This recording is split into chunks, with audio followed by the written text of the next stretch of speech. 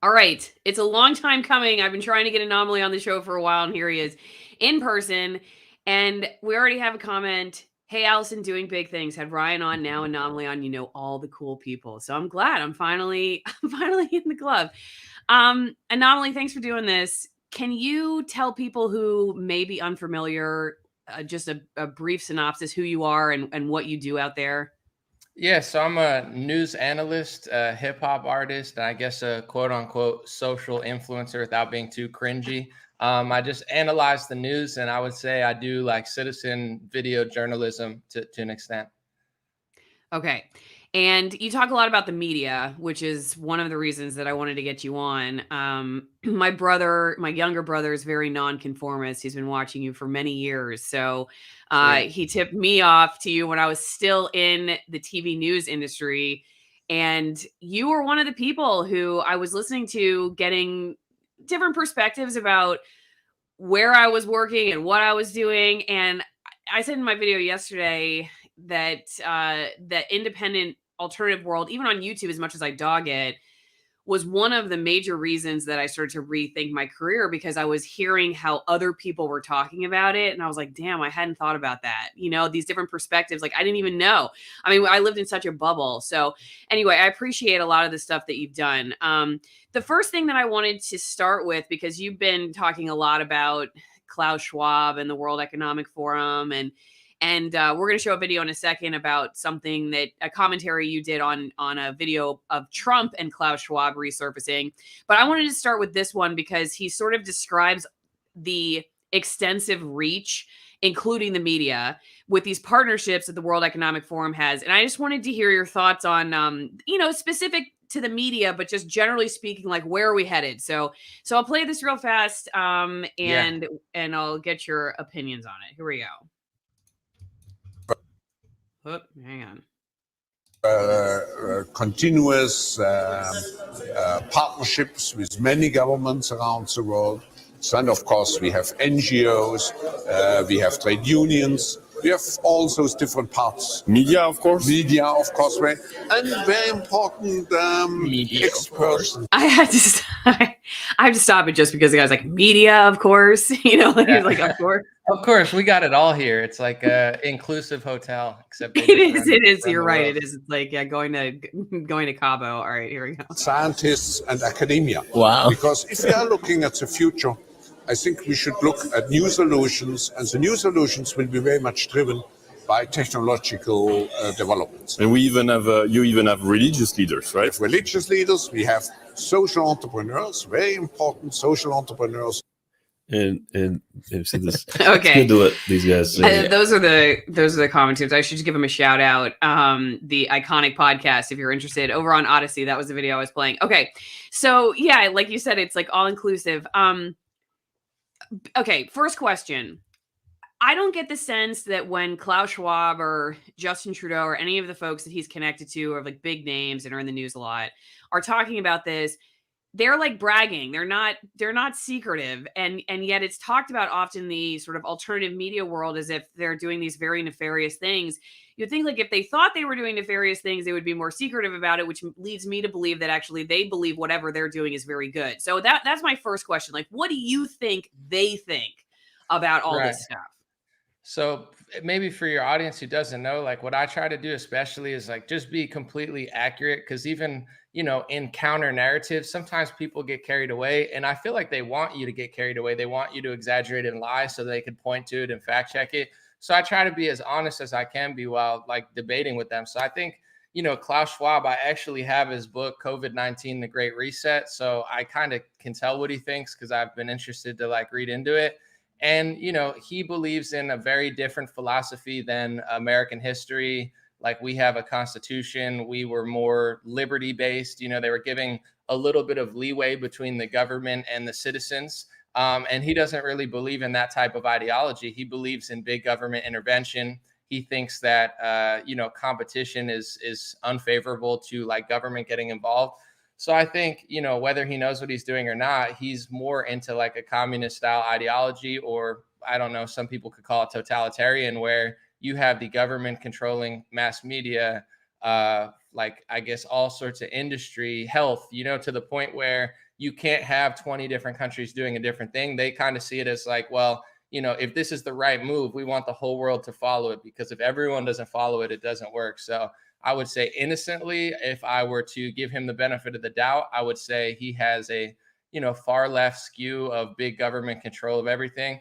And, you know, I personally think that's a bad system. That's probably the most benefit of the doubt I could give him. Or else I would say he knows how to achieve, you know, control over governments and, you know, business industries, which is what the World Economic Forum is. They just bring people together, and, you know, the richest people and the most powerful people in the world talk about, you know, how to pave a future. What do you think the role of the media is, since the guy's like, you know, and the media, and like, oh yes, and the media. Right. What do you think their role is in it? And do you think the media like knows what their role is? That's, I guess, so going back to Right. his intentions. What do you think? Because people like me were not sitting around. I didn't even know of what the World Economic Forum was until I got out of mainstream news. So if you told me that I was working for them, I would have looked at you like you were nuts. Right. So like in the medical industry, like, you know, I would say most nurses are good people and a lot of them do great work, but it's like you get, you know, you read and then you do what you're told. And if you don't do what you're told, you can't be there. It's sort of the same thing with the media, even in sports. I mean, it's a little bit lesser extent, but if you criticize referees in certain sports, they fine you, you know, so you have the freedom of speech to say things that are like basic, but you can't go too deep.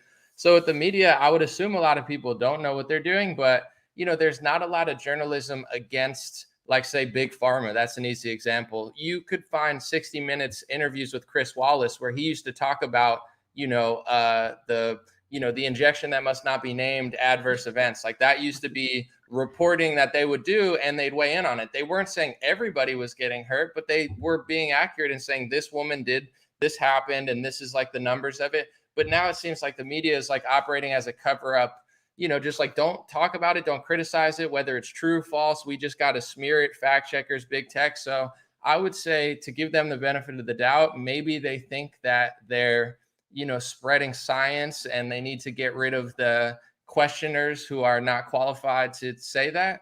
But, you know, at a certain point, I don't know if it's like ego, stubbornness, just following orders. To me, it's just, it gets clear. But real quick, I think the most important, or the most successful way to push back against that is by being accurate. Like I know with my reporting during COVID, I didn't just say a bunch of crazy things that I couldn't prove. That sounds like crazy. You know, it's like, oh, that's a conspiracy. I went right through the data, and I'm showing, like, I'm mainstream stuff where I'm like, this is what it is. You know, try to dispute it, disprove it if you want. And you know, even if you're like a moderate person, it's hard to do it. So, you know, as long as people stick to the facts, you don't need to exaggerate, because there's more than enough crazy information and data out there.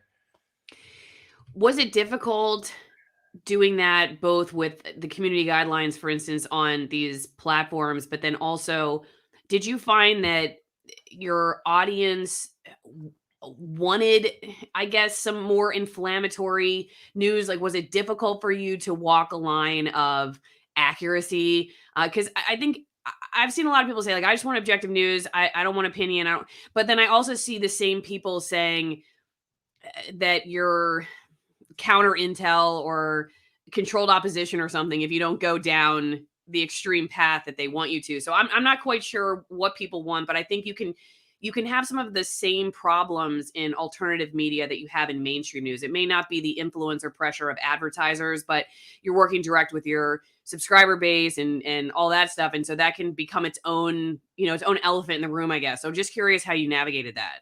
Yeah, I would say with my audience, I'm blessed because I always tried to like be as accurate as I could and fair. So they got it the whole time. But of course, there's always going to be pressure. Like, you know, personally, I'm a registered Republican. So then if I criticize the Republican Party, some people don't like it. You know, in the truther community, there's all sorts of different ideas out there where everybody thinks they're right. And everybody thinks if you don't do it exactly this way, then you're this. So a little bit, but for the most part, I would say my audience got it the whole time.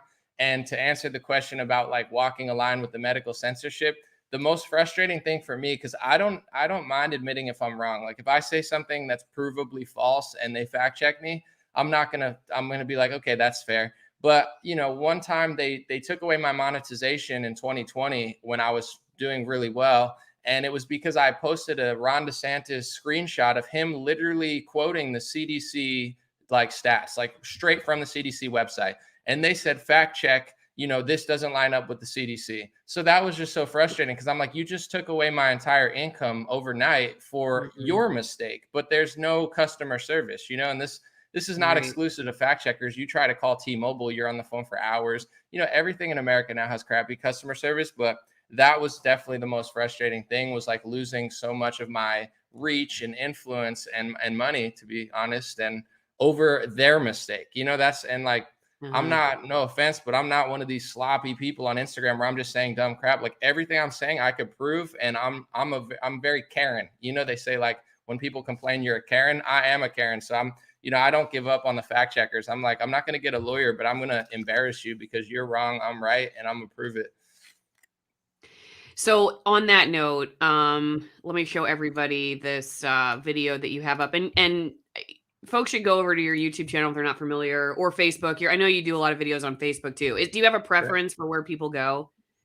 I personally like Facebook, just to be 100% honest, because they actually pay me. And YouTube is like, the monetization has been garbage for me. And without Facebook, I would be hurting. So I prefer Facebook, but I would love to grow my YouTube too. It's just, I get all these views on YouTube and they pay like garbage. So I have BitChute, Rumble, Gab, podcast, anywhere people go. I'm grateful, but I prefer, I do personally prefer Facebook, but it's all good. Okay. So go to Facebook, everybody. I'm pulling this one from YouTube. I have the sound down just because that's fine. Well, people can, go check it out. Go look at this video. Did you call it the same thing? Trump and Klaus Schwab, old video. Oh no, yeah, play it on YouTube. I'm just saying in general. Yeah, I prefer that, but yeah, this is fine anywhere. Well, I figured you could tell me while I'm playing it, so people can go to your sites and see it for themselves. Yeah. Why did you want to do this video, and tell me a little bit about what you were saying? Yeah, I mean, I just saw the video. I think some Patriot page shared it. I forget. I think it says on the bottom, New York Patriot or something. I just saw it and I'd never seen it before. I know it's an older clip, and I thought it was interesting because, I guess he said Klaus has done a fantastic job. And I wanted to use it. Like, I'm always thinking even deeper. Like, I'm not just going to sit and gossip about Trump and Klaus Schwab. I wanted to bring awareness to the fact that Trump hired a pharmacy lobbyist as the head of HHS. And this is something that, as much as I understand it's tough to be president, it's not easy. Trump had bad advisors, whatever, all the excuses that people make. But it's like he took $1 million from Pfizer for his inauguration and Bank of America, where Trump, I liked him a lot. I thought he was like, I'm not taking anyone's money. He ended up taking $1 million from Pfizer and hired Alex Azar as his head of HHS, which was a pharmacy lobbyist / executive for Eli Lilly, like one of the biggest big pharma guys out there. And Trump put him pretty much above Fauci and at the head of all of the health department. And that pharmacy lobbyist was the guy who officially declared the COVID emergency in January. And Trump ran around the country in 2021, basically just saying like, Johnson & Johnson, Moderna, Pfizer's amazing. I'm the father of the vaccines. We saved 50 million lives. He was like a bigger salesman than Bill Gates at some point. So I really just wanted to bring awareness to the fact that, I'm willing to give them the benefit of the doubt. Everybody goes to World Economic Forum, I guess, if you're rich and powerful. But this idea that Trump did everything he could to fight Fauci and big pharma and like free us from the tyranny is just not true. And I guess my, without running on too long, I don't think we need to treat this guy like an idol, as if he's above other politicians, when I don't think he really is. And I think that's going to help him do nothing again. Like, I don't think ending in lockdowns and medical tyranny was like a huge success. And it's not to blame him completely for it, but the base needs to really hold him accountable. And they constantly find these figures that people think are different. Obama's going to be different. Trump's going to be different. And, that's the most successful politician, is the one that convinces you that they're not the same. He deserves praise for the things he did good, but I just want the base to realize that he did a lot of things that backfired on us. Okay. In a second, I want to ask you about, again, going back to being in the alternative media world, what that was like to sort of, to be open to criticizing, because I feel like in this world, again, to go back to this sort of audience, I think you're right. If you're authentic and if you grow an audience based on fear and like rage, and then you don't do that, that's the problem. It's that you have to stay consistent. I think you're right. If you build it based on, hey, I'm just a guy trying to figure things out, I have questions. Like, I'm trying to be very clear with my audience that this is a journey that I've been on since I've been in television news, and I definitely don't know everything, and I absolutely can be wrong, and you should question everything. And then I hope that sets it up where your audience reflects that. Like, you haven't created an audience that just likes rage bait. But Right. but I do think it's interesting because you're right. Like, we get these political figures who become mini gods, and Trump was, I think, one of them, and kind of still is. And so when you start criticizing a guy that you had supported, you get Trump supporters that are watching you. What was the reaction you got? I want to ask about all that in a second. But first, Yeah. while you're drinking your coffee, pour a little bit of wine in it, wherever you guys are. Go check out AllisonWinePromo.com. You get 50% off some of my favorite Malbecs from Argentina. These are all high altitude and very remote grown grapes, and the wines are very unique, reflect that flavor. So 50% off the wine itself and 50% off shipping. It's a great way to support my work. Many of these are really small operations, and it's not wine you're going to get at a grocery store. So why would you want to anyway, when you can also go support my work there? You can check out twinenginecoffee.com as well and get some USDA certified organic high altitude roast from Nicaragua. There is light roast, there's dark roast, there is a limited black edition right now. If you are a tea drinker, you can get Katura tea, which is tea made from the coffee fruit. It's low caffeine and high antioxidant. I really like to cold brew mine. It's great for the summer. So go check out my sponsors, and thanks for the support. Okay, so tell me about what it was like. Was there any trepidation when you first decided, okay, yeah, I'm not getting the same vibes from Trump that I did when I supported him, when I really thought he was like a ball buster, and he's just not the guy anymore that I thought he was. Were you a little nervous to be like, how's my audience going to handle this, or you just didn't care? And then how did they react? Yeah, I wouldn't say I'm nervous because, like, say I thought he was doing a pretty solid job for a while, so I was always defending him against like the false media smears. But there were certain times in 2019 where he passed certain omnibus bills and speech laws, and I called that out, and people didn't like it, but at the same time they did like it. It's always a mixed bag. And then in March, April of 2020, I started really countering the narrative because Trump was rolling out 15 days to slow the spread, extending the lockdown orders. He was working with Fauci for 2 months. He was telling Georgia to stay shut down. So I had no problem being like one of the few, people who like Trump or whatever, being like, that's whack. I don't care that he's cool. Like, that's not cool.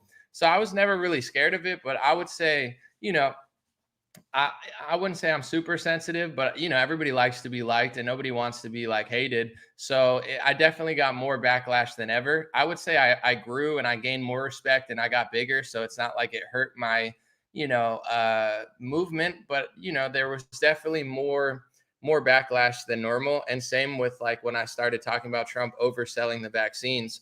And it's interesting because the day that I made a big video about being like, yo, Trump is selling these vaccines way too hard, in my opinion, people got really upset. A lot of people loved it. I would say more love than hate. But it was the same day he got booed in Alabama. So I was just showing people, I'm like, even his own supporters are starting to boo him. It's not like this theory I hatched in my head. Everybody knows it. I'm just not afraid to say it. So I have to give credit to my audience. Like, overall, it's only made me stronger. People respect the fact that I'm willing to call it both ways. And it's not just one of these like bootlicking, person who just sells, just random MAGA merch and doesn't want to question Trump because they want to be friends with him. So people respect it. But yeah, it definitely sucks. I mean, I'm a very like energetic person. I like to like work out, play sports, be at the beach. I'm a chill guy. And I have a very chill energy. So I could energetically feel it when thousands of people are like pissed off. Whenever I drop a Trump video, it's huge. I would say like 90% of people agree with me, 10% of people. And I could just feel the energy of it, where I have to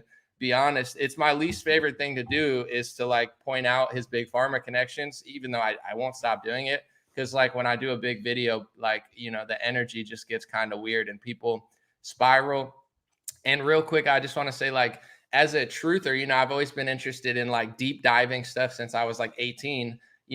Everybody's skeptical in the truther community because we're being lied to on all fronts. There's people who are into like gematria, people who say both sides are working for these people. Like there's all sorts of different theories in the truther world. So I would say as you get bigger, like I have almost 500,000 followers on Instagram. I have 1.7 on Facebook.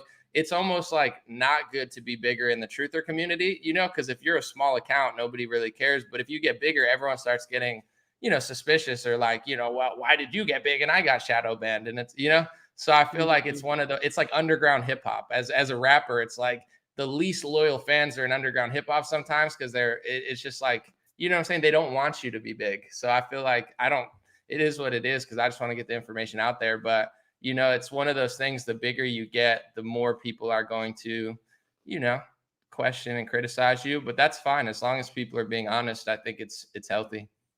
Can you explain what a truther is? Yeah, I mean, I guess everyone has their own definition, but you know, a truther historically, actually woke used to mean like I'm awake to like banking. You know, it didn't mean like I don't know what gender I am. So like woke and truther, the origins of it are like, okay, I don't believe the media narrative. This has been around for decades. Like I'm going deeper. I'm not into the two-party trap. I'm not into, so everybody has their own definition, but I would say it's someone seeking truth. And, you know, now there's all sorts of Instagram communities of people who are going way deeper than the average folk, I would say, to put it simply. Somebody in my locals community, which I'll just give a shout out right now, because I've got some questions, and I should just tell everybody who's watching somewhere else, go to alsamaro.locals.com and you can be on my editorial board. One of the values of joining is that I try to bring on people who are either censored or maligned or in some way misunderstood by the establishment. And I don't know, maybe it's an atonement, I guess, on my part of being in the system for so long.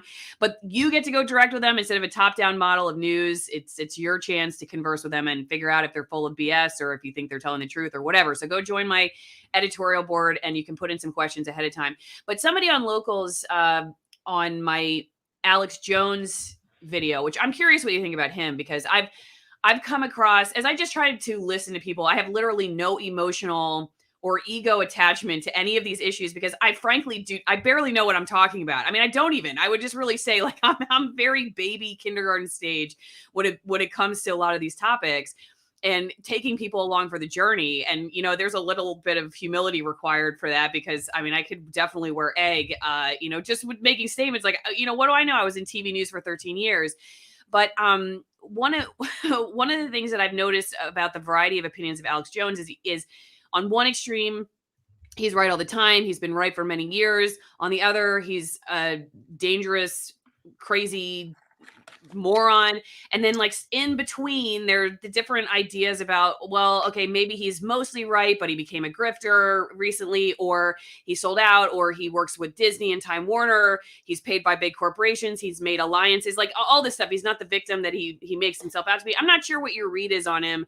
If you have any thoughts you want to share, but what this subscriber said was when you're in the truther world, which is why I asked you about that. You go one of four paths. Basically, number one, you die suddenly and mysteriously if you keep going down that path. Number two, you start grifting on what other people's truths are. Three, I can't remember what number three is, but number four was you just retire. I'm going to look up number three. But just curious what you think about that. Like, can you always be a truther forever? Or are you going to you're going to hit some wall in some way? You either are going to eventually sell out or you're going to die or what? What are your thoughts on that? And do you have any thoughts on Alex that you might want to share? I know it's a lot. So I would say G. Edward Griffin is if you want to be optimistic about like telling the truth, G. Edward Griffin is like a legendary author. He filmed the Yuri Bezmenov video. He's been warning about government for like 60 years, and he's now 90 years old. He looks great, and he's very healthy at 90. So I think it's kind of like an energy, you know, like I'm very like spiritual in a way where you get what you put out. So if you're always looking for a fight, you're going to find one. It depends how you tell the truth and how you navigate this world. But, you know, I like to think optimistically, but, you know, everybody retires eventually. So I think there's a way to do it. It just depends like how you do it and how you operate. With Alex Jones, I want to say like early on, he was one of the first people on YouTube I saw really questioning things. So I would consider him like a trailblazer in just radio journalism and just independent thought. You know, Bill Cooper was another one, and Bill Cooper never really liked Alex Jones. I think he thought that he was exaggerated a lot. So there's always been, pushback against Alex. Now some people say he's this, he's that on both sides. But I would say I think he has a good heart. I think he has been right about a lot of things early on. But this is the most accurate thing I could say about him. I think his products are good. I think he sells like pretty legit stuff, and I've bought some of it. It is like he has got great toothpaste in my opinion. But he's willing to kind of get carried away and lost in the sauce to make a sale. And I'm all fine with sale. Like, you had to run an ad. I sell hats. Everyone has to make money some way. There's nothing inherently wrong with that. But I think, and there's people that are like, every day is a hype up, and he's very like, he drinks a lot. I'm not being rude to him, but he, you know what I'm saying? Like, he's just kind of wild. So when you're sporadic like that, it's like being a boxer. You got to be calm to be a boxer. Alex is like the canary in the coal mine. He's just going a million miles away. So you're going to mess up when you do that sometimes, and you're going to, run into trouble. But I don't inherently personally think he's a bad person, but as someone who actually does like him, I have had to turn him off certain times, because I find that he is willing to exaggerate and hype people up and get them like angry and stuff and emotional over, what I would consider him just trying to be entertaining. And that's just not like, sometimes I'm not trying to hear about nuclear war at 7 a.m. because I don't think we're going to be in nuclear war. I think that's just like a way to get people hyped up and listening. Yeah. So I think, it would be dishonest to say everything he said is false, because it's definitely not. But I think that's my accurate take of him. Is he's a wild boy, and he's kind of like a legendary, character in this world. Mm-hmm. Number 3 was back down and operate behind the scenes, like help feed others information, but keep out of the light to avoid being in position number 1, which is continuing and then ending up dead mysteriously. So I just those are the 4 options for a truther, apparently. Yeah, I mean, I like to try to keep my mindset clear, because it's like, for instance, like when people are so afraid of like Hillary or somebody, like they want you to be afraid. You know what I'm saying? Like, it's like, if you're afraid, then you're going to stop yourself from saying stuff. So, there's no inherent like, I guess, benefit to being afraid all the time. So if you're going to tell the truth, do it. I mean, this is just my personal experience. I've sacrificed a lot for a long time to hold on to my values, and it's paid off exponentially. I've met a lot of cool people. I've met celebrities, athletes. I've been invited to major events, massive stadium tours by like some of the biggest artists in the world, because they agreed with me and because they were against medical tyranny. So it wasn't like an empty connection, you know what I'm saying, off of egos, off of like, I respect what you do. So it's like in this world, the law of attraction, you gravitate towards yourself what you get, and you reject otherwise. So I think it's like more dangerous to be a crack dealer than a truther. I think it's more dangerous to ride a motorcycle than to be a truther. So, I would say just be careful of what you manifest, because a lot of times people end up scaring themselves. And, it's dangerous to be a BMX rider. Playing football is dangerous. You might bust your head open. MMA fighter. But in this world, being safe, there's no, you can't be Conor McGregor if you sit inside and eat Cheetos. Everything fun and everything rewarding takes a certain level of risk. One of the reasons that our family is moving towards a homesteading lifestyle is to have a greater connection with what's real, if you know what I mean. Like, I can't really tell you for sure 100% in confidence that anything is real other than what I'm looking outside my window. The food, where it came from, if I grew it, I know for sure. I can see what my horse is doing, all that stuff. And unplugging from the world of circus mirrors, where you're buying into, almost on a spiritual level, these ideas that you're really, at the end of the day, we're not 100% sure. And if I look outside my window, life is pretty good. I got squash and cucumbers and all kinds of good stuff, and a daughter and a husband and 2 horses. And there's, and so like you were saying, I mean, you do kind of have to unplug. I'm curious, what is your big picture? Is it religion? What spirituality? What is your foundation? How do you find yourself guided towards what you feel like is, is that peaceful center that keeps you from getting overwhelmed with some of the topics that you discuss? Right.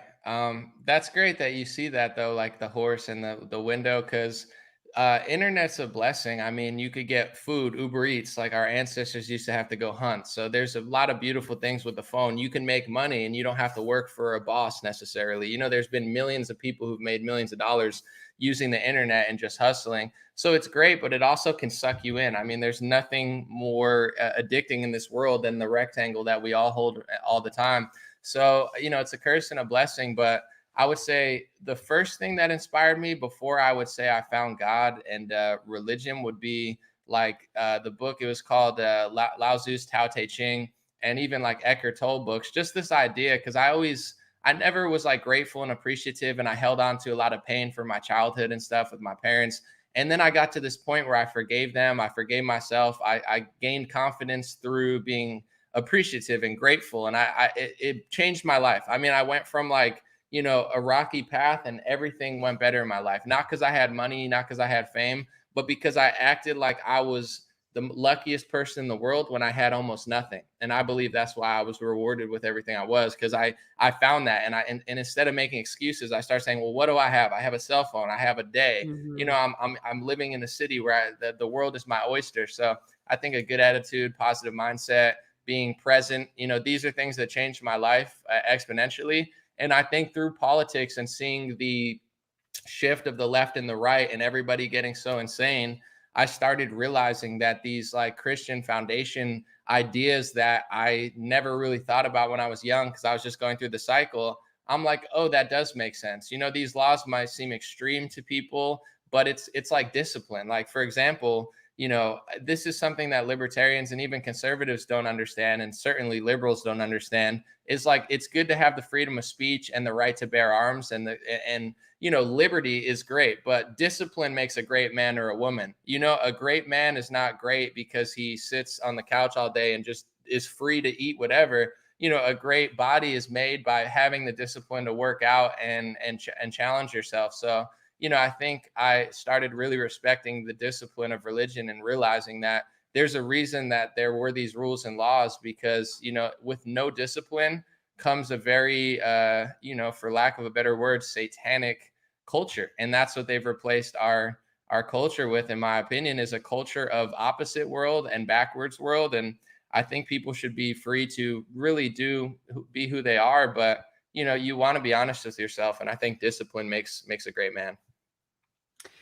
Awesome. Okay, let me take us over really quickly before you go to locals and take a couple questions from people. So going back to Trump, politicians are humans like everyone else, and we would be remiss to not weigh the pros and cons of a candidate no matter what party they're with. Besides his charisma and business background, why do you think people back Trump so wholeheartedly? Do you think the state of our country has pushed people to view Trump as a savior for the next presidential race? Do you think if the Democrats hadn't attacked Trump so vehemently while he was in office, that people might have been more balanced in their view of him?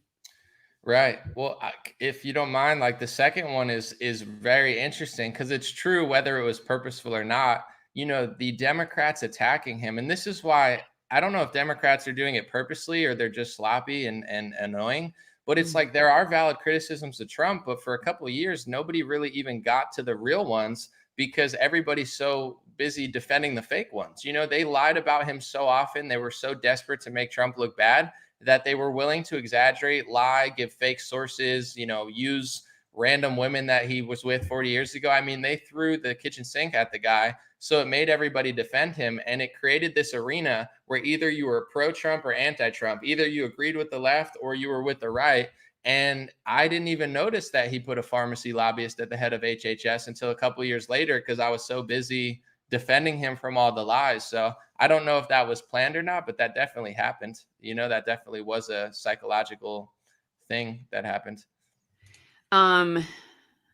Okay. Yeah. So you think like that second was the savior in the presidential race, or the attacks at the bottom?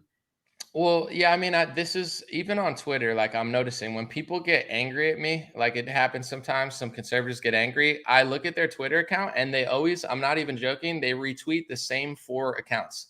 So it's like the same way we say the left can be brainwashed, so can the right, because we're both in these echo chambers. You know what I'm saying? Like, there is no like middle ground in a sense, where it's like either you lick the dirt off this guy's shoes or you think he's the return of Satan. And it's like, I think the truth is somewhere in the middle. I think the truth is that Trump, said a lot of things that were important and the media didn't want to hear it.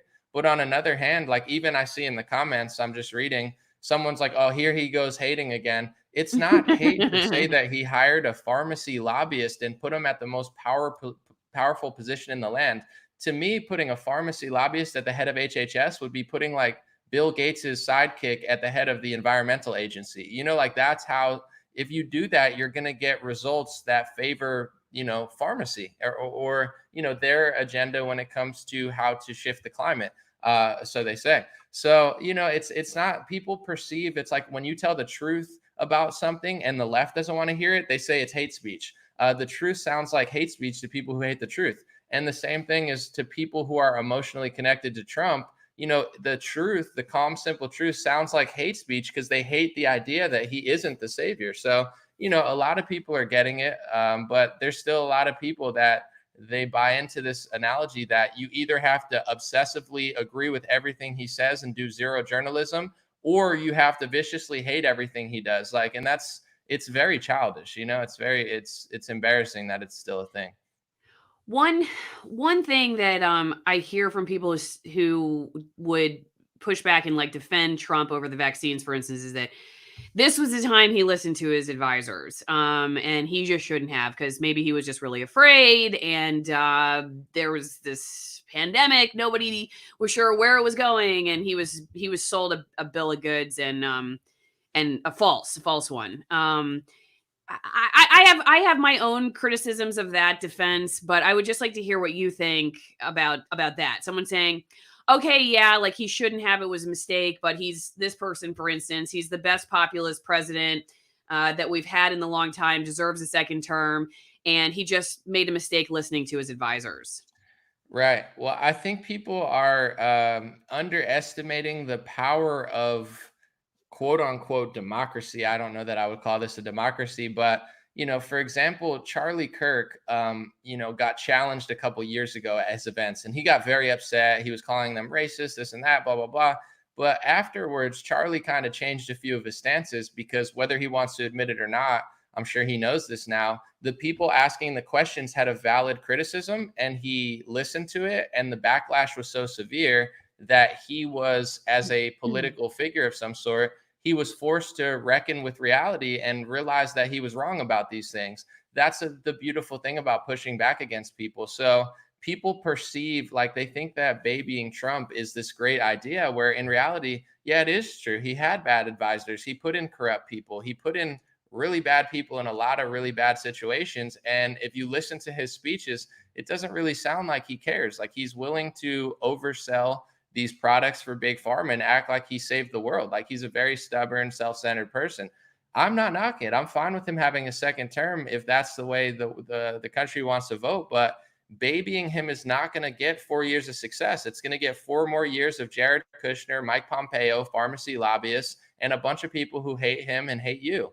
So, my strategy as somebody who's pragmatic is, challenge the guy. And if the base, even in Syria, Trump did a good job. A lot of the base, myself, Paul Joseph Watson, Cernovich, many people, Alex Jones even said, Trump, you're making a huge mistake in Syria. And I'm not saying that we caused that switch, but Trump listens, more than any other president. He does have his ear to the streets a little bit. So people see it as such a bad thing to question him, but it's the difference between, like, are you a cheerleader? You know what I'm saying? Do you just sit on the couch and watch everything and cheerlead like he's a stuffed animal? Or do you consider yourself part of this equation? Are you an American citizen? Are you a taxpayer? Do you respect yourself enough to respectfully say, challenge the guy and make sure that he does a better job, versus just assuming that he's going to do it when he's not? I'm not going to say anything, but it's like, I know people that work here, work there. He hasn't learned anything. You can make up these fake theories in your head because you want to pretend like he's like, a transformer coming to save humanity, but like, he hasn't learned anything, and he's not going to unless his base challenged him.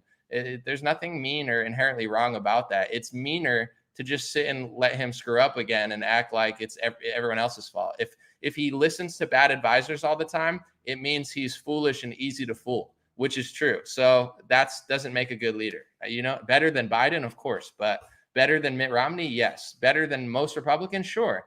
But I'm not impressed. That's just my personal opinion.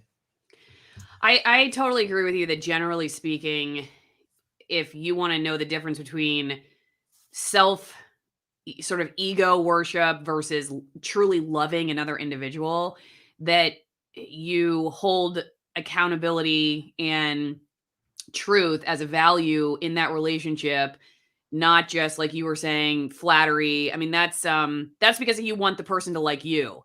And that's not, in my opinion, what loving somebody is. So Right. I mean, I agree with you. Like whoever it is that you're talking about, just telling anybody what they want to hear. Thanks for the super sticker, Don. One thing too is that this person says the problem is that, well, what, Trump shouldn't listen to his advisors. The public would have lost it if he ignored the advice of these CDC stooges. I guess my question is, if you like him because you think he's a no BS, not with the Klaus Schwabs of the world guy, but then you're like, but he has to listen to his advisors because otherwise people would die. I mean, they would not die necessarily physically, but maybe, I don't know what you think, but they would just lose it. They would die mentally. Everyone would freak out. The media would go insane. I mean, I feel like you can't have it both ways. You can't call him a guy who bucks the establishment and is like going to go the direct path and lead without fear of retribution from these institutions or from powerful people, and then also say, well, he had to listen to his advisors because then what else? People would have freaked out. I just don't think I don't understand how those two can live together. That it just seems like you can't have it both ways. The base just needs to respect themselves. Like when Alabama booed him, they don't hate him, they love him. And it was the proper response to boo him to get the message across. I want to say this too, because I know there's like, I would say 99% of people agree with me, but like to the people that don't, like I met Marjorie Taylor Greene at Turning Point event. Like I was there and I said hey to her because I think she's like pretty wild and fun and cool. And she came up to me and said, An0maly, I love you. I've been watching you for years. And I love the fact that you call out Trump with the vaccine stuff. That's the first thing she said to me. She knew exactly who I was. She loves it. So it's like she's actually great friends with Trump. She hangs out with Trump and Tucker Carlson. She's his closer advisors. If she's cool with me questioning Trump because she knows it's right, why are you in the comment section so upset? Like some of his best friends are totally fine with it. Like it's not, everybody knows it's true. It's just nobody wants to say it. So I don't see it as a bad thing. It's like tough love. I love sports, and it's like I challenge myself. And when you're running for president, you don't need a bunch of yes men, because to be honest too, I think Trump does have a good heart. And I think he's easily manipulated. I think people tell him what he wants to hear. He puts them in office and they stab him in the back over and over and over again. So I don't want him to get stabbed in the back 100 times. But when you baby him, you're almost begging for, go listen to Jared Kushner and pharmacy lobbyists and Pompeo and see what happens again. He probably will. And then he'll get stabbed in the back again. And then his base will play the victim. I'm trying to tell him a tough truth and be like, bro, you're doing too much here. And everybody knows it. So it's like, people act like they're doing him some sort of favor by acting like what I'm saying is wrong. It's right. And anyone honest knows it. So. Do you remember this video? The person says this was recorded 3 years ago. This is with Zuby. 49 minutes and 24 seconds. I'm sure you remember that exact moment. An0maly makes some interesting predictions about the 2020 election. Does he have any other predictions about the midterms or 2024, or perhaps your gender reveal? Oh, yes. I guess I'll just announce it here with An0maly. We're having a baby in a month, so I'm 8 months pregnant. You can't tell from this camera angle, but could you please, what do you think, who's going to win in 2024, and are we having a boy or a girl? Could you help us out with that? Oh, well, sheesh, congratulations. I don't even want to guess because I feel like, I got to just let the God and the universe decide. But I would say I'm wrong with my predictions of like who's going to win. So, when it came to last election, I don't even remember what I said, but it seems like things kind of shift. I would think that Republicans are going to easily win the House. And it seems like, based on like not fake polls, but real ones, that the Senate's a coin flip. But thanks to, no offense, Dr. Oz and Herschel Walker, I think, those endorsements kind of blew those races, but we'll see. So I would say the House is going to go Republican. The Senate, I will, is a coin flip, but my opinion on that only reality matters. So we'll see in November. But I do hope people vote, because as much as I know people are saying that the elections aren't fair, it's not like 500 Democrats won and 0 Republicans. I live in an area where a Republican won by under 1,000 votes, and if thousands of Trump supporters are inspired by Dinesh's film to just sit home, you're going to elect Democrats. So, it's good to fight the game, but at the same time, you don't want to just completely give up. That's my opinion. But okay, scrolling to another question here. Well, people kind of want to hear about what happened with Tim Pool. I did tell folks that you were invited to go to the Tim Pool podcast. You were flown in. They booked your flights later in the day, and then because of a storm, you were not going to make it for the full thing, so they didn't let you in.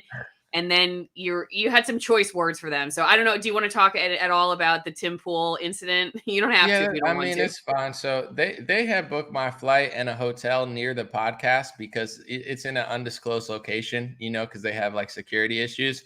So they had booked a really tight flight. Like, I don't know. I didn't know how it operates. Like, I didn't know he locks the door. Like I've heard he locks the door an hour before, 2 hours before. So even without the delay, they cut it really close, which I'd preferred them not to, but I didn't really know any of this stuff because it's not my show.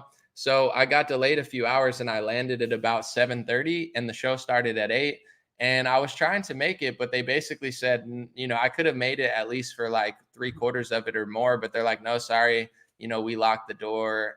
If you get your own hotel near the airport, we'll cover it. And long story short, I don't mind that it was canceled. I understand that these things happen, but I just felt like, his staff member was just talking to me like I was a piece of garbage. Like, they were just like, oh, treat it like a layover. Like, maybe this isn't meant to be. Like, instead of just being like, yeah, that's unfortunate and we'll make it work whenever. Like the message I was getting was just like really crummy. And then I was there for a few days and they couldn't reschedule. Whatever. Long story short, like now they're trying to not pay for the hotel that they promised they'd pay for because they're just, in my opinion, like, his show is one thing, but I've been to dozens of events. I've done music shows. I've done podcasts. I've been to, all over the country. Like, I've never been treated with such disrespect as his staff. And I'm not going to get into rumors, but I've just heard, I've never met anybody that's met him and it's like, oh, he's really cool. Like, nobody really likes him. So, I'm not trying to like gossip or anything, but, it's nice to be a good speaker and have a good podcast, but I prefer just like genuine human beings and good people. And I guess, his operation is just not that, but it is what it is. And, I'm over it, but I just kept getting blown away by how crummy they were. I was like, dude, you guys suck, but whatever. Well, I don't know. We'll see if you get invited back after talking about it, but it would be great to see you at least on the platform and hear the discussion. You were saying in your video that they have like, they typically, if people watch it, which I do every once in a while, the IRL videos, they have a lot of people there. So it does seem very weird. Listen, this is coming from a mom of a toddler who, if I can make it on time into my office and brush my hair, it's a good day, much less locking my office an hour ahead of time. My kid's like, mommy, let me in. Like, no lunch for you. I have to have an hour to get myself centered for this podcast. It's like, that's not how it works. So it does seem kind of weird with all those people. They wouldn't let you just sneak in the back door or something, I honestly just think that like, he just doesn't like me that much or something. Cause I'm sure if it was like Marjorie Taylor Greene or James O'Keefe, of course they would have treated them differently, but it wasn't even like, you can't even come to the podcast cause I flew all the way there. It was basically like, oh, just treat it like a layover. It's like if I had you fly to California for a gig and it didn't work out, I would be like, hey, I'm so sorry. I'll get this for you. I would make sure that you were comfortable because I'm like a nice host and a good person. But they were basically like just talking condescending to me. Like, oh, just treat it like a layover. Like, imagine if you flew all the way to do something, it didn't work out, and they're telling you to just treat it like a layover, like as if you have nothing else to do and you're just there for a vacation in the middle of nowhere. And then they try to weasel their way out of paying for the hotel that they promised because, they're just like such scum. But I should have known because, the psychology of a 30-year-old man who's so, self-conscious that he wears the same color beanie every day like Charlie Brown because he's, like I should have known that he wasn't like something was psychologically wrong with the guy, but it's all good. I wish him the best and hopefully they don't treat everybody like they treated me, because, you know, everybody's going to not like them. And one more thing real quick. I know Lydia from his show like broke her wrist, and she was on Twitter saying that like she didn't have health insurance to cover it. You know, she was basically like begging for money. And Tim Pool's at the same time bragging about chicken ads in Times Square. Like, I'm so rich, I can put ads for my chicken in Times Square. And then he's tweeting things like, God only lets you into heaven if you're rich, which is not true. Tim's like a little beanie satanic guy. But it's like, you know, what does that say about somebody that they're bragging about being rich and running ads in New York, but their number one employee is begging for money? Like, he's clearly like an evil little beanie guy, you know, where it's like, dude, you know, instead of running 15 ads for your chicken in Times Square, maybe you should pay to fix the wrist of your favorite employee. Because that's pretty sad. She had to like, you know, beg publicly like she didn't have enough money for it while he's bragging about being rich. Something's going up there. Something's going on there, you know? Red flag. Yikes, that does not sound good. Yeah. I'm surprised. I mean, I guess maybe I shouldn't be, but it's such a big operation. I don't know. You think maybe there would be like a healthcare share or something like that, health insurance share or something. I mean, it seems like a pretty big business. I just think it's crazy that she's like begging that she doesn't have enough money. And he's at the same time is literally like, look how rich I am. Ha, I'm getting into heaven because I'm rich. Ha, I'm running ads in Times Square. And she's like, ow, I don't have the money to pay for it. I'm like, you know, like, I just think he's like not a good person, which sucks because I think he does decent, you know, work. And I mean, he deserves what he built. He, you know, he works hard and he's paved the way for his success. But, you know, tweeting, you only get into heaven if you're rich. Like, I mean, clearly he's like an evil little dictator. Like, is that a joke? Man, you know?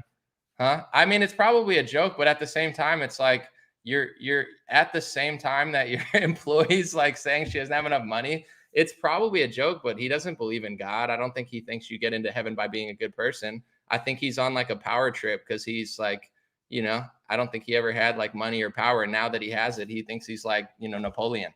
But, you know, it's all good. I just, in general, it's like, just take care of your employees and take care of your guests. You know, I don't care how rich. I've met people with $100 million, $1 billion. I've met people with $1. You know, I treat people who clean, you know, my complex, I treat baristas the same way I treat a billionaire. And clearly Tim Pool treats everybody like shit, or at least a lot of people. So I don't care how much money you have, you know, it's time for him to start treating people better, including his guests and his staff, in my opinion. I have noticed just in my own transition, I pay attention to the reactions I get as an independent person that doesn't have like the brand logo behind her anymore. And then what it was like back when I was in mainstream news and I could say I work for NBC or whoever else. And then the people who like want to research how many subscribers you have or whatever, you know, like ahead of time. I pay attention to like, especially I can tell like in the TV world, we used to notice actually that it was the D-listers, the people who really hadn't made it or had some kind of like insecurity complex about them. Right. This is back, I used to work at Fox News Channel. I was a producer right out of college for their morning show, Fox and Friends. And so like, I remember when Nicole Richie and Paris Hilton had that show together, like Nicole Richie came in and she was a difficult guest. And it was like, but you're just, I mean, what is this show? It's right. not even, and then you would have really big names come in that, that were just, they would like go walk themselves to the green room and you wouldn't even know they're there. Right. So I totally notice, the difference too. And then just now being in this world, how they're very similar egos, I guess, out there in the alternative sphere and people who are still trying to prove something. I don't know, Tim, I can't speak one way or the other about him, but I do think, you know, what you're saying about like, just, well, we would just expect you to take 2 days out of your life when, you know, your time is as somebody who's you're not getting paid when you're not creating content. I mean, it's not like you can take a couple of vacation days or something and your corporation is paying you. And you just take days off. It obviously has an effect. So all right. So that's interesting. Background. Even an ounce of like humility or basic like kindness would have went a long way and made the whole situation better. Cause even if I didn't go on the stream, it would have been fine. I mean, I would have been bummed out, but like if they would have even given me like 5 percentage points of like kindness or basic respect instead of like condescending like rudeness, it would have went a long way. And I've had the same experience with people. Like it's, you know, there's people that have a lot that don't act that way. I mean, I've had athletes that have hundreds of millions of dollars. They text me, they've picked me up. They didn't have to. They dropped me off at my hotel when I was going to see their event and talked to me for 30 minutes. Tim Pool, I messaged him 3 weeks ago. He's still never reached out. You know what I'm saying? And his team is trying to weasel their way out of a couple $100 hotel that they promised they would pay for because, you know, I didn't make it to the thing. So it's like, he's literally like, I'm not trying to just like, it's just like, I'm blown away by what a scumbag his team is. And it's like, it's definitely like some sort of like D-list power trip sort of thing. But, you know, good luck to him. But at the end of the day, man, you know, the golden rule, treat others the way you want to be treated. Maybe he likes that. Maybe he's like sadistic. He likes to just be like treated like garbage. I don't know, but not cool to me. Dude, my head would be so itchy if I had to wear that beanie all the time. I mean, I could not. It looks like it's wool. I just couldn't do it. So I don't It's know. July. It's July and he's wearing a beanie. It's because he's bald and he's self-conscious, which is fine. I used to wear a hat because I had goofy Beatles hair, and I used to do it when I was 19. But he's in his 30. Everyone knows he's bald, but he wears the same color beanie like Charlie Brown. It's fine, but it's like, bro, at a certain point, you're gonna have to like wear a green beanie or a red one, or wear a baseball cap, or eventually just take it off. Like you're sweating in July with a wool beanie on. You know, it's like I mean, the psychology of that is worth even deep diving in. But I'll leave it alone. A fascinating background look at alternative media. So yeah, well, interesting. Thanks for sharing what happened. Do you have any specific thoughts on Deborah Birx? I mean, we did talk a little bit about this Trump selling out to his advisors issue, so I don't think we have to go back to that. But this person was asking about her book and acts of, quote, sabotage. Yeah, I mean, she definitely seemed the whole time she was at that press conference with him and Fauci, she seemed just like a big pharma, you know, generic medical person. And I did hear what she said. I was just confused if it was even her, because she looked like she either got plastic surgery or just did a lot of makeup, because she looked like a totally different person. So I saw the now and after, and I was like, is that really her? Because she looks like Liz Cheney now. But yeah, I mean, this is, I guess, my two parts to it. On one hand, yeah, like I think she's a little sneaky and she did America wrong. But on another hand, and I don't say this to hate on Trump, but how are we ever going to fight the Biden administration until people realize that, you know, Trump was in the White House in 2020. He used Dr. Birx and Fauci as his advisors. He signed an executive order in 2019 that said that they were going to modernize influenza vaccines. Ivanka said he started working with Moderna in January. And in 2017, he put a pharmacy lobbyist in front of the whole health industry. You put pharmacy lobbyists, empower them that much, you're going to get what happens. So I think, you know, Deborah Birx is Deborah Birx. Dr. Fauci's Dr. Fauci. And it's sad that the guy that everybody thinks is fighting the establishment just handed them our country with a platter for 2 months. And, you know, now Dr. Birx gets to run into the shadows and sell books. But yeah, in my opinion, she sucks. Okay. On that note, and there are two last questions. What percentage of the Republican voters have a problem with Trump's vaccine bragging, in your opinion? I think it's a lot, but at the same time, I still think he's the front runner. I mean, the fact that he got booed in Alabama, you know, like Alabama's massive Trump land, you know, and he got booed for the vaccine sale. So I think people don't like it, but people still want to vote for him. So I would say DeSantis is really challenging him, because DeSantis's rhetoric is way better when it comes to this stuff. But to me, it's still Trump's party. It's still Trump's country. And if he runs, I think he wins unless someone like Rand Paul or DeSantis can really expose him. So we'll see. But I think people don't like it, but not enough to not let him back in. Okay. The last question has to do with flat Earth. And so I think I'm actually going to kill the stream on YouTube and let you talk freely if you have any thoughts on it. But An0maly should collab with T-Lab too. Do you know The Last American Vagabond? Are you familiar? I've heard the name, but I don't. I think I've seen it maybe on like BitChute or Gab possibly, but I don't fully recall. But I've seen the name for sure. Yeah, that would be good. I can connect the two of you guys. He was just on. I had one of the women that was in the BBC documentary Unvaccinated, who said that they'd edited stuff to make them all look like morons. And like at one point, for instance, they edited it when she rolled her eyes into a different situation. So she was rolling her eyes, but they made it look like she was reacting to a statement that she wasn't reacting to, like deceptive editing, stuff like that. Anyway, he's really deep into the COVID science and stuff like that. I'll connect you guys. Okay, I'm gonna kill the YouTube stream. We have like one last question. It's about Space Force and flat Earth. And so if you want to see it, if you're watching on YouTube, you got to go over to Rumble, which is where we're live right now. Also, and ROKFIN. If you want to go there, join my locals editorial board. Thanks for watching, and let's move on to this.